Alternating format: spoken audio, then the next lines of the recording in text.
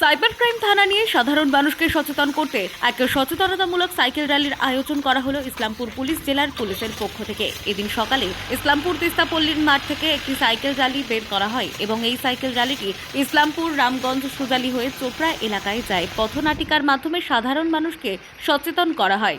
বিষয়টা খুবই প্রাসঙ্গিক বলবো। প্রাসঙ্গিক এই জন্য বলবো যে একটা সময় আমরা জানতাম না যে সাইবার নিয়েও কিছু ক্রাইম হয়, কিন্তু যেহেতু টেকনোলজি অ্যাডভান্স হয়েছে এখন এই টাইপেরই ঘটনাগুলা অনেক বেশি প্রাধান্য পাচ্ছে। আমরা এখানে যারা উপস্থিত আছে এখানেও আমরা কেউ না কেউ হয়তো কোনো না কোনো সময় এই সাইবার ক্রাইমের আওতায় পড়েছে। এটা খুব প্রাসঙ্গিক এই জন্য বলছি যে খুব হচ্ছে এই ঘটনাগুলা।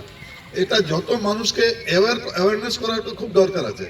বিশ্বে প্রতিদিন কতবার আমার আপনার মতো অগণিত মানুষের অজান্তে বিভিন্ন ডিভাইসে সাইবার হামলা হয় তা আমরা বুঝতেও পারি না। পৃথিবী জুড়ে যত সাইবার প্রতারণার ঘটনা ঘটেছে তার প্রায় দ্বিগুণ ঘটনা ঘটেছে ভারতে। হ্যাকারদের কাছে ভারত অন্যতম টার্গেট হওয়ার প্রধান কারণ ব্যবহারকারীদের সচেতনতা এদেশে নেই বললেই চলে। দেশের সাধারণ মানুষ পুলিশ প্রশাসনের ওপর নির্ভর করতে চাইলেও সেসব পরিকাঠামো দুর্বল। তারই প্রচেষ্টায় ইসলামপুর পুলিশ সুপার এই সচেতনতার বিষয়ে মানুষের কাছে পৌঁছে দেওয়ার অঙ্গীকার করেছেন। যতটা ইন্টারনেটের ইউজ বাড়ছে that means cyber related crime তো বাড়তে থাকছে।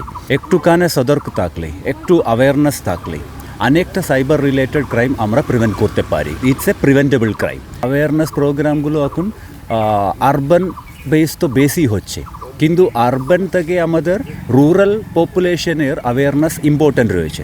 বিকজ রুরাল পপুলেশনটা এখন সাইবার ইউজ তো বেশি করছে, সবাই তো ইন্টারনেট ইউজ করছে। ওদের অ্যাওয়ারনেসটা it's very important, just like urban populations awareness. ওই জন্য আজকে আমরা বেসিক্যালি রুরাল পপুলেশনকে আজকে আমরা কনসেন্ট্রেট করছি।